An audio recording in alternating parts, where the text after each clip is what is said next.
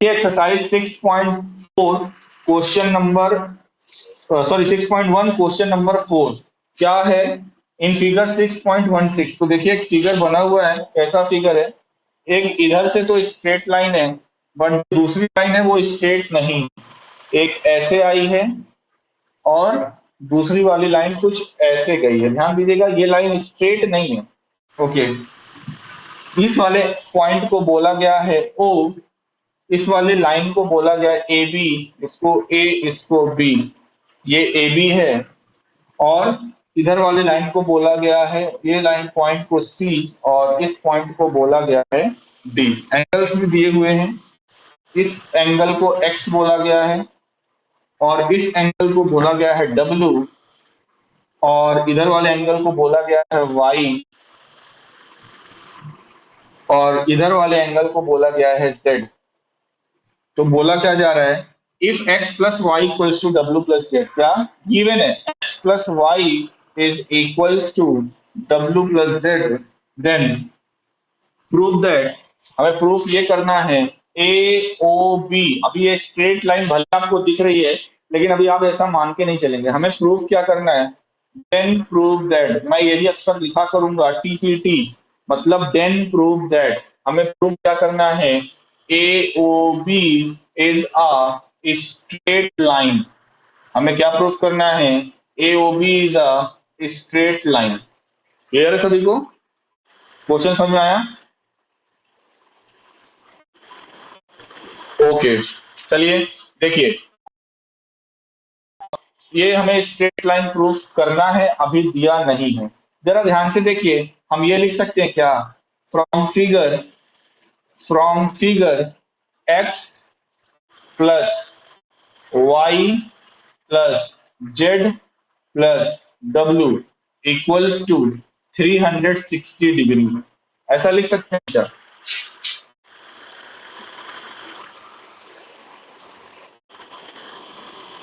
Okay, अब देखिए ध्यान दीजिएगा, ये जो कंडीशन लिखी है हमने स्टार्टिंग में, ये क्वेश्चन में हमें गिवन है, हम इसका यूज कर सकते हैं, ये गिवन है।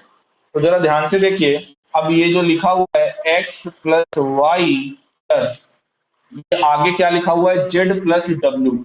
अब जरा ध्यान से देखिए, z प्लस डब्ल्यू को हम x प्लस वाई लिख सकते हैं कि नहीं, गिवन है। तो यहां पर हम इसकी जगह पर z प्लस डब्ल्यू की जगह पे क्या लिख दे रहे हैं, x प्लस वाई। क्यों लिख दे रहे हैं, क्योंकि ऐसा हमें क्वेश्चन में गिवन है। ये बात समझ में आई सभी को? ओके, अब ये ठीक ठीक ठीक ठीक, चिल्लाओ नहीं। तो ये हो जाएगा 2x plus 2y equals to 360, 2 ले लो कॉमन, तो x plus Y equals to 360। अब ये 2 मल्टीप्लाई में है बच्चों, इधर आएगा तो डिवाइड में हो जाएगा, x plus Y equals to 180 degree. अब जरा फिगर से देखिए, देयरफॉर फ्रॉम फिगर, अब देखिए x और y का सम अगर 180 है तो ए ओ बी को हम स्ट्रेट लाइन कह सकते हैं कि नहीं, यानी कि angle A O B equals to 180 and hence A O B is a straight line, A O B is a straight line. आया समझ में सभी को?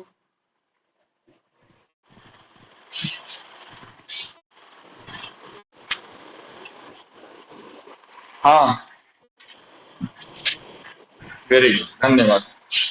आगे बढ़े, अगले क्वेश्चन क्या है, आपकी इजाजत हो तो।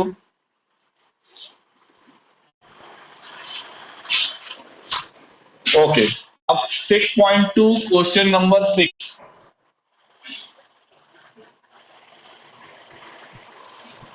रिकॉर्डिंग बिल्कुल हो रही है और यूट्यूब पे चली जाएगी, तो बिल्कुल जिसको नोट डाउन करना होगा नोट डाउन कर सकते हैं। एक्सरसाइज 6.2 क्वेश्चन नंबर 6, ये अच्छा क्वेश्चन है, जिन्होंने भी पूछा है क्वेश्चन अच्छा है। अच्छा इसलिए है क्योंकि कहीं ना कहीं थोड़ा सा फिजिक्स का कॉन्सेप्ट रिफ्लेक्शन का, आई होप आप लोगों ने 8th क्लास में पढ़ा होगा और फिजिक्स में मेरे ख्याल से ये मिलता ही रहेगा आपको। जब तक फिजिक्स पढ़ते रहोगे तो इसका यूज आपको मिलता रहेगा। आपने लॉज ऑफ रिफ्लेक्शन पढ़ा है कि नहीं? लाइट एक चैप्टर होगा, लाइट फिजिक्स।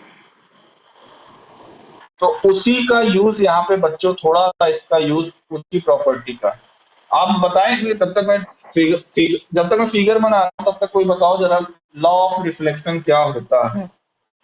कोई बता दे।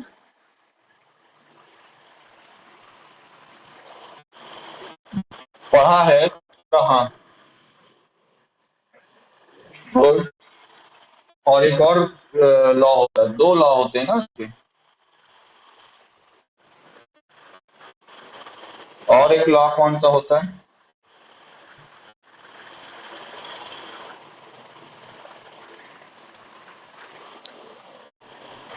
हाँ हाँ।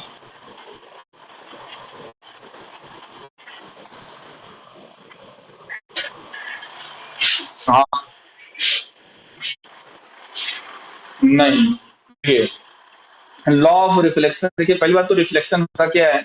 जब कोई लाइट किसी रिफ्लेक्टेड सरफेस पे, जब कोई लाइट किसी रिफ्लेक्टेड सरफेस पर पड़ती, मान लो ये सनलाइट हो गई या कोई आर्टिफिशियल लाइट हो गई, कोई भी लाइट के रे, लाइट जब आप जानते हो एक स्ट्रेट लाइन के फॉर्म में ट्रेवल करती है और वो रेस के फॉर्म में चलती है, तो जब कोई रे यानी लाइट एमिट करती है, मतलब आती है, इस रे को हम लोग बोलते हैं इंसिडेंट रे। इस रे को क्या बोलते हैं? इंसिडेंट रे बोलते हैं। और ये आएगी किसी प्लेन सरफेस से। रिफ्लेक्टेड सरफेस का मतलब क्या है? ये ऐसा सरफेस होता है, देखिए पीछे से पॉलिश्ड है, मतलब जो भी लाइट आएगी वो आर पार नहीं जाएगी। जैसे फ्लोर वगैरह हो गया, टाइल्स वगैरह लगी हुई, तो लाइट पड़ने के बाद रिफ्लेक्ट होती है, तभी तो आपको ज्यादा चमकता हुआ दिखाई देता है कि नहीं बच्चों? ठीक है। तो मतलब जो भी लाइट आ रही है वो यहाँ पर सरफेस पर पड़ेगी और पड़ने के बाद वो रे वापस चली जाएगी। तो जब कोई लाइट की रे आती है, सरफेस पर पड़ती है, तो इस आने वाली लाइट की रेस को हम लोग इंसिडेंट रे बोलते हैं। और जाने वाली रे को क्या बोलते हैं? रिफ्लेक्टेड रे बोलते हैं। रिफ्लेक्टेड रेस बोलते हैं। ठीक है। अगर यही लाइट अगर आर पार हो जाती, मतलब मीडियम के पार चली जाती, देखो यहाँ पे सेम मीडियम है, अगर ये एयर है, ये मीडियम क्या है, मान लो एयर है, तो एयर से लाइट आई और एयर में ही गई। कभी ऐसा हो, मान लो आप बाहर खड़े हो, एक बाल्टी पानी ले लो, पानी के अंदर आप लाइट डाल रहे हो, वो दूसरा मीडियम फिर हो जाता है, वहां पे रिफ्रैक्शन काम करता है। तो वहां पर जो सरफेस के बाद रे जो जाती है, वो थोड़ी सी बेंट होती है या टुवर्ड्स द नॉर्मल या बैक टू द नॉर्मल होती है, तो उसको हम लोग रिफ्रैक्टेड रे बोलते हैं। खैर ये सब तो फिजिक्स का टॉपिक है, उसमें हमें डीपली नहीं घुसना, जो हमारे काम की है केवल उतना हम बता रहे हैं। तो क्या होता है, जब कोई लाइट की रे आती है, किसी प्लेन सरफेस पे, रिफ्लेक्टेड सरफेस पे पड़ती है और पड़ने के बाद वापस चली जाती है, इस रे को बोलते हैं इंसिडेंट रे, इस रे को बोलते हैं रिफ्लेक्टेड रे। और जहां पर पॉइंट पर ये सरफेस पर पड़ती है, वहां पर क्या करो, एक परपेंडिकुलर आप ड्रॉ करो। क्या ड्रॉ कर दो? एक परपेंडिकुलर। और इस परपेंडिकुलर को क्या बोला जाता है? नॉर्मल। इस परपेंडिकुलर को क्या बोला जाता है? नॉर्मल। तो ये होता है रिफ्लेक्शन। रिफ्लेक्शन का मतलब क्या होता है कि जब कोई लाइट की रे सेम मीडियम से आती है और रिफ्लेक्ट होने के बाद, यानी सरफेस पे टकराने के बाद, पूरी की पूरी लाइट, मतलब आर पार नहीं जाती कोई भी लाइट, वापस अपने मीडियम में लौट जाती है, तो इस सिचुएशन को रिफ्लेक्शन कहा जाता है। इसके दो लॉज होते हैं। पहला लॉ ये होता है, इंसिडेंट रे, रिफ्लेक्टेड रे और नॉर्मल तीनों एक ही पॉइंट से हो जाते हैं। क्लियर है कि नहीं? तीनों का मीटिंग पॉइंट एक है कि नहीं? तीनों एक पॉइंट पर मीट करते हैं। तीनों एक ही पॉइंट पर मीट करते हैं। और सेकेंड लॉ जो कि आप लोगों ने अभी बताया, नॉर्मल और इंसिडेंट रे के बीच का जो एंगल है उसको आई से डिनोट करते हैं, जिसको हम लोग बोलते हैं क्या? Incident angle. और नॉर्मल और रिफ्लेक्टेड रे के बीच के एंगल को स्मॉल आर से डिनोट करते हैं, और इसको हम लोग बोलते हैं एंगल ऑफ रिफ्लेक्शन। और सेकेंड लॉ जो होता है वो ये होता है, angle I equals to angle R. होता है कि नहीं ये? तो फिलहाल हमारे काम की जो यहाँ पर हमारे इस पर्टिकुलर क्वेश्चन नंबर 6 में जिसकी जरूरत है, वो बेटा यही सेकेंड लॉ, जो मेरे ख्याल से सभी लोग को आता है, किसी को कोई दिक्कत नहीं होगी। राइट?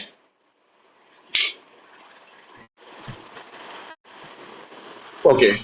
तो अब आते हैं अपने क्वेश्चन पे। ये सभी को क्लियर है ना, एंगल ऑफ इंसिडेंट और एंगल ऑफ रिफ्लेक्शन क्या होता है, सेम होता है।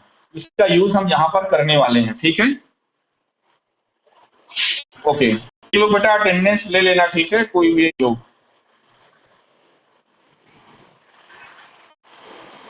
हाँ बोलो, बोलो बोलो। हाँ जी, क्या बोले?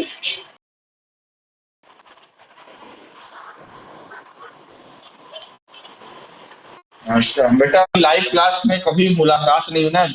एक महीने फिजिकल क्लास चल जाए तो फिर आप लोग अच्छे से जानने लगोगे क्या क्या आता है क्या नहीं आता है। अब इसमें तो बहुत ही लिमिटेड चीजें हम भी बोल सकते हैं, आप भी लिमिटेड चीजें बोल सकते हो, और शक्ल दिखती नहीं है तो उसका असर भी बहुत होता है शक्ल ना दिखने का। आते हैं वापस से क्वेश्चन पे। क्वेश्चन नंबर 6 देखिए। बिल्कुल बिल्कुल, वो तो आपके जो प्रीवियस या सीनियर स्टूडेंट है वो खुद ही बता देंगे। Okay, PQ and RS are two mirrors. लोग जो PQ और RS हैं बच्चों, ये दो मिरर्स हैं, ठीक है। और मिरर में भी आप देखते हो पीछे का सरफेस पॉलिश होता है। जो भी लाइट को वो प्लेन होता है, प्लेन जो शीशा होता है उस पर लाइट पड़ती है तो पूरी की पूरी रिफ्लेक्ट हो जाती है कि नहीं। तो क्या बोला जा रहा है, PQ and are two mirror place parallel to each other. ये दोनों जो मिरर हैं, यानी कि पहली कंडीशन हमें क्या गिवन है यहाँ पे, PQ is parallel to RS। ये दिया हुआ है कि दोनों मिरर आपस में पैरेलली प्लेस्ड है। ओके, नेक्स्ट क्या बोला जा रहा है, an incident ray AB strikes the mirror PQ at B। ये जो रे ये जा रही है AB, ये इंसिडेंट रे है, और कहां पर स्ट्राइक कर रही है, मिरर के पॉइंट B पर ये स्ट्राइक कर रही है। उसके बाद स्ट्राइक होने के बाद ये जो रे BC है, ये रिफ्लेक्टेड रे है कि नहीं बच्चों, ये रिफ्लेक्ट हो गई कि नहीं। अब यही जो रिफ्लेक्टेड रे है वो मिरर RS के लिए, देखिए ये जो रे BC है, बहुत ध्यान से देखिए, तो रे है BC, ये जो BC रे है वो अगर PQ मिरर के रेस्पेक्ट में आप बोलोगे तो ये रिफ्लेक्टेड रे है। और अगर आप RS मिरर के रेस्पेक्ट में आप बोलते हो इस रे को, तो RS के रेस्पेक्ट में ये इंसिडेंट रे है कि नहीं, बताइए आप। है ना, अगर हम RS की बात करें, इस मिरर की बात करें, तो ये लाइट की रे आ रही है तो ये इंसिडेंट रे है, और ये रे CD वाली रे जा रही है तो ये रिफ्लेक्टेड रे है। यानी अगर RS मिरर के रेस्पेक्ट में मैं पूछूं, आने वाली रे कौन सी, BC, जाने वाली रे कौन सी, CD, यानी ये इंसिडेंट रे, ये रिफ्लेक्टेड रे। और अगर यही चीज PQ मिरर के रेस्पेक्ट में मैं पूछूं, आने वाली रे कौन सी, AB, जाने वाली रे कौन सी, BC, तो PQ मिरर के रेस्पेक्ट में AB इंसिडेंट रे है, BC रिफ्लेक्टेड रे है, और मिरर के रेस्पेक्ट में BC इंसिडेंट रे है और CD रिफ्लेक्टेड रे है। क्योंकि यहाँ पे दो बार है, मतलब दो मिरर है, तो यहाँ पे दो बार रिफ्लेक्शन हो रहा है। एक रिफ्लेक्शन यहाँ पे हो रहा है पॉइंट B पर, और एक रिफ्लेक्शन पॉइंट C पे हो रहा है। क्लियर है यहाँ तक?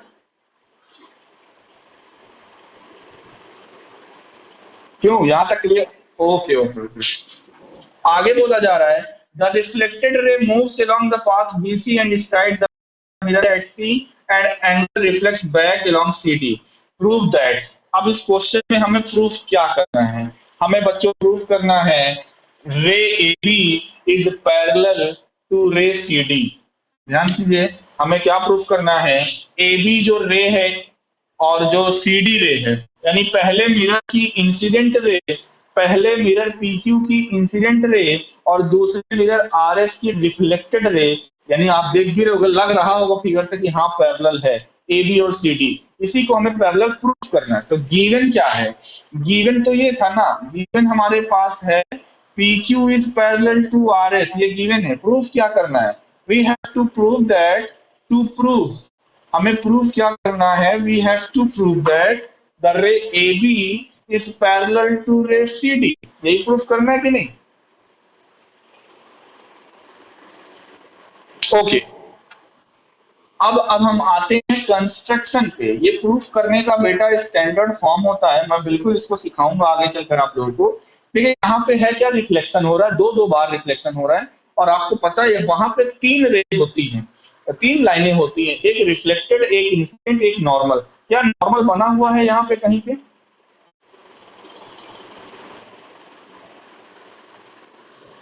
क्या यहाँ पे भी रिफ्लेक्शन हो रहा है? हम ये पूछ रहे हैं आप लोगों से। एक रिफ्लेक्शन यहाँ पे हो रहा है, एक रिफ्लेक्शन यहाँ पे हो रहा है, क्या दोनों ही पॉइंट पर क्या कहीं नॉर्मल बना है? क्या नॉर्मल 3 रे होती है ना, incident ray, normal, reflected ray, तो नॉर्मल क्या बना हुआ है इस समय कि नहीं? यस, नहीं बना है। तो कंस्ट्रक्शन का मतलब क्या होता है कि हम कुछ एक्स्ट्रा एड ऑन करते हैं अपने गिवन फिगर में। तो हम क्या करेंगे, यहाँ पर कंस्ट्रक्शन करने जा रहे हैं। क्या? Draw draw normals, draw normals at B and C, क्योंकि बी और सी पर रिफ्लेक्शन हो रहा है। तो एक नॉर्मल आप यहां पर ड्रॉ कर लीजिए, मान लो इसको मैंने नाम दे दिया एन। इसी तरह सी पर एक नॉर्मल आप ड्रॉ कर लीजिए, इसको मैंने मान लो नाम दे दिया एम। एन और एम क्या? Named as named as capital N and capital M. हमने बच्चों क्या किया, 2 नॉर्मल ड्रॉ किया। नॉर्मल का मतलब क्या, ये जो आप रे देख रहे हो बी एन, ये इस मिरर के रिस्पेक्ट में परपेंडिकुलर है। ये बी एन जो है वो पी क्यू पर परपेंडिकुलर है। इसका मतलब क्या है, ये जो बी एन है, बी एन जो रे है वो परपेंडिकुलर है पी क्यू मिरर पे। और इसी तरह से सीएम, चीफ मिनिस्टर, सीएम, जो सीएम रे है वो आर एस पर परपेंडिकुलर है, क्योंकि हम जानते हैं अगर रिफ्लेक्शन हो रहा है तो जो नॉर्मल होगी वो सरफेस पर या मिरर के रेस्पेक्ट में या सरफेस पे क्या होती है, परपेंडिकुलर होती है। यहां तक कोई डाउट किसी को?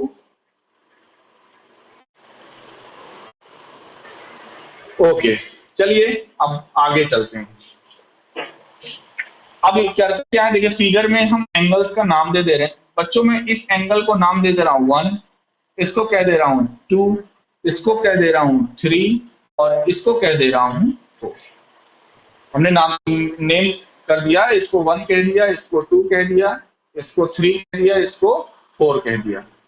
अच्छा बच्चों ये बताइए, अगर ये 1 है ये 2 है, तो from figure angle 1 equals to angle 2 है कि नहीं? या आप लिख सकते हो क्या, by the law of reflection, by the law of reflection. Second law जो आप लोगों ने पढ़ा था, angle of incident equals to angle of reflection. अगर ये नॉर्मल है, ये इंसिडेंट रे है, ये रिफ्लेक्टेड रे है इस पॉइंट बी के रेस्पेक्ट में, तो एंगल 1 इंसिडेंट एंगल होगा और एंगल 2 रिफ्लेक्टेड एंगल होगा। और सेकेंड लॉ से एंगल 1 और एंगल 2 इक्वल होंगे कि नहीं बच्चों? और और यही चीज जब हम इधर लगाएंगे तो एंगल 3 इक्वल टू एंगल 4 ये भी होगा, क्योंकि ये जो सीएम है ये तो इस पे नॉर्मल है। तो इसको मान लीजिए इक्वेशन नंबर 1, इसको मान लीजिए इक्वेशन नंबर 2। अभी तक किसी को कहीं पे कोई डाउट हो तो क्लियर कर लीजिए, क्योंकि 1-2 स्टेप और बचा है फिर क्वेश्चन सॉल्व।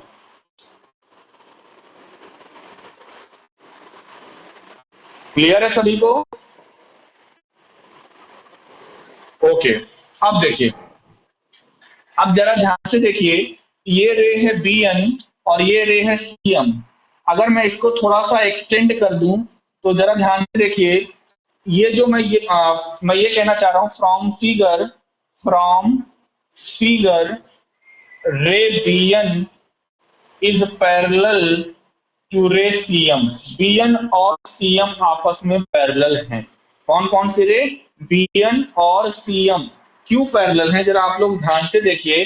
अगर बच्चों 2 लाइंस हैं ऐसे, अब एक परपेंडिकुलर यहां से चला आ रहा है ऐसे और एक परपेंडिकुलर यहां से चला जा रहा है ऐसे, तो बच्चों ये दोनों लाइन आपस में पैरेलल होंगी कि नहीं? है ना? क्योंकि भैया ये 90 है तो ये वाला भी 90 होगा, इधर ये 90 है तो ये वाला भी 90 होगा। और आपको ये गिवन है, क्या गिवन है कि पी क्यू और आर एस पैरेलल है। अच्छा, बी एन और सी एम पैरेलल होने में किसका हाथ है? S P Q is parallel to R S.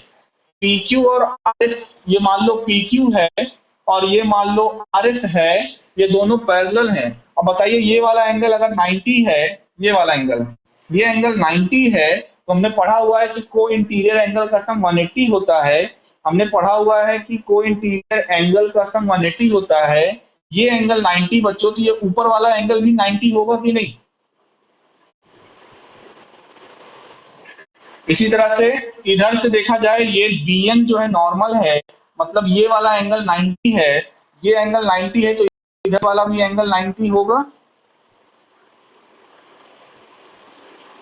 तो कहने का मतलब आपको 90 दिख गए, तो ये जो आपकी दो लाइंस या दो रे दिया हुआ, ये जो BN है और ये जो CM है, ये आपस में पैरेलल होंगी कि नहीं? BN is parallel to CM। बोलिए, क्लियर है सभी को? BN और CM पैरेलल होंगे। ओके, अब BN और CM जब पैरेलल हो गए, तो जरा यहां से ये देखिए, हम यहाँ पे ये लिख दे रहे हैं, angle 2 is equals to angle 3 alternate interior angle. सही है या नहीं? अल्टरनेट इंटीरियर एंगल, जरा ध्यान से फिगर में देखिए भैया, ये रे एक ये है, एक रे ये है, ये दोनों आपस में पैरेलल, ऐसे देख लीजिए, ये दो रे हैं, ये दोनों रे आपस में पैरेलल हैं, और एक ये ट्रांसवर्सल लाइन ऐसे आ रही है BC। कौन सी? BC। BC ऐसे आ रही है, ये रे और ये रे पैरेलल, तो ये वाला एंगल और ये वाला एंगल इक्वल होंगे कि नहीं? ये 2 है, ये 3 है। अल्टरनेट इंटीरियर से समझ में आया सभी? समझ में आया सभी को? ओके ओके, इस वाले इक्वेशन को मान लीजिए इक्वेशन नंबर 3। बस बच्चों आपका काम हो गया। बस मैं आपको दिखा देता हूं, हमें प्रूफ क्या करना था? AB और CD पैरेलल है, हमें ये प्रूफ करना था। क्या प्रूफ करना था? AB और CD पैरेलल है। तो चलिए अभी दिखा देते हैं आपको, बस एक लाइन और, प्रूफ आपका लगभग लगभग हो गया है। AB और CD पैरेलल है, हमें ये दिखाना है बच्चों। हम दिखा चुके हैं 2 बराबर 3 है और 1 बराबर 2 है। तो चलिए जरा देखते हैं, यहां से क्या आएगा? 3 प्लस 4 और 1 प्लस 2 निकालिए। Consider consider angle 1 plus angle 2, angle 1 plus angle 2। तो इधर दूसरा क्या है? And angle 3 plus angle 4। तो जरा ध्यान से देखिए, बोला जा रहा है कि 1 बराबर है 2 के और 2 बराबर है 3 के। या तो पहले लिख लीजिए यहां से, क्या? From equation 1 2 and 3 we have what we have from 1 to 3 we have angle 1 equals to angle 2 equals to angle 3 equals to angle 4। ये है कि नहीं बताइए? कैसे?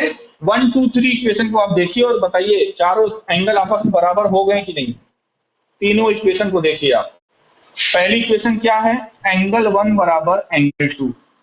फिर इधर ये मेन इक्वेशन ये काम कर रही है, जोड़ने वाला लिंकिंग इक्वेशन, ये दोनों को लिंक करने का काम यही कर रही है। एक बराबर है 2 के, यानी angle 1 equals to angle 2 equals to angle 3 and angle 3 equals to angle 4। Therefore 1 equal angle 1 angle 2 angle 3 angle 4 are equal. ये सभी को समझ में आ रहा है कि नहीं?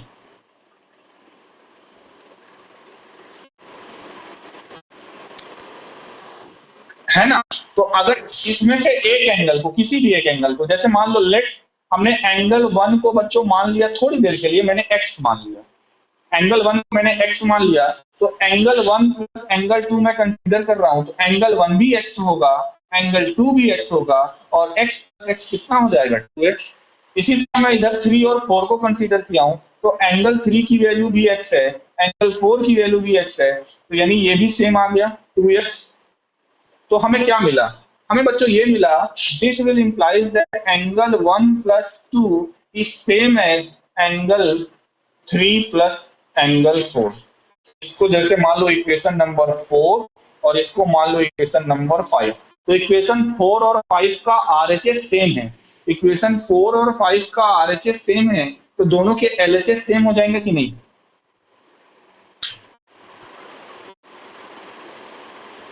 And this will implies that AB is parallel to CD। हमारा काम खत्म बच्चों, प्रूफ हो गया। कैसे? जरा ध्यान से देखिए, फिगर को देखिए। AB AB ये है, CD ये है। जरा ये देखिए, ये जो एंगल, इस एंगल को आप क्या बोलोगे? कितना एंगल है ये वाला? बताइए जरा। ये एंगल कितना है और ये एंगल कितना है? तो पूरा angle one plus angle two है कि नहीं? 2x, yes. और इसी तरह से ये जो एंगल 3 + 4 है, ये भी 2x है कि नहीं? क्यों? तो देखिए, ये क्या सिचुएशन मिल रही है? एक रे ऐसे है, एक ये ट्रांसवर्सल रे है, और एक रे ऐसे है। ये वाला एंगल बराबर, यही तो हमें मिल रहा है। एंगल 1 + 2 और एंगल 3 + 4, ये दोनों एंगल बराबर हैं। तो प्रॉपर्टी से जब ये एंगल बराबर है, तो हम इन दोनों रे को पैरेलल कह सकते हैं कि नहीं? जैसे पैरेलल होता है, तो इन दोनों एंगल को इक्वल कहते हैं अल्टरनेट इंटीरियर से। इसी तरह से जब अगर एंगल इक्वल हैं, तो हम इन दोनों लाइंस को क्या बोलेंगे? पैरेलल बोलेंगे। तो वही हमने लिखा, एंगल 1 + 2 और एंगल 3 + 4 दोनों बराबर हैं, इस वजह से ए बी और सी डी क्या हो जाएंगी? पैरेलल हो जाएंगी। क्लियर है सभी को?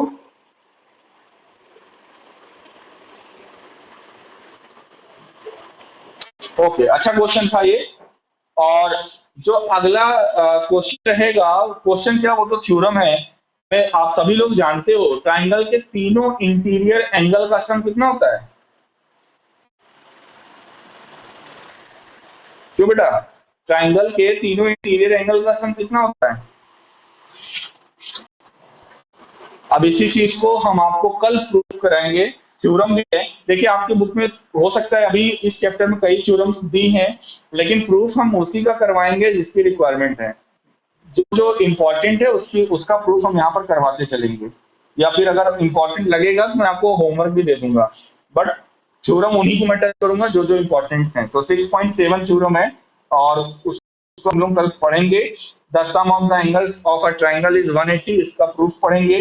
देन एक एग्जांपल नंबर 8 है बच्चों, और 6.8 थ्योरम का स्टेटमेंट ही है केवल। एग्जांपल नंबर 8 जो दिया हुआ है, इसको जरूर सभी लोग समझिएगा, और आ जाएगा तो अच्छी बात है, क्योंकि पेपर के पॉइंट ऑफ व्यू से एग्जांपल नंबर 8 बहुत इंपॉर्टेंट है। नहीं आएगा तो कल पूछ लीजिएगा, लेकिन लगाइएगा जरूर। तो आज की क्लास हम यहीं पे ओवर करते हैं। कल आगे की चीजें, थ्योरम प्रूफ कराना, एक एग्जांपल पे डिस्कस करना, देन एक्सरसाइज 6.3 पे डिस्कस करना। इतना हम लोग कल काम करेंगे, ठीक है?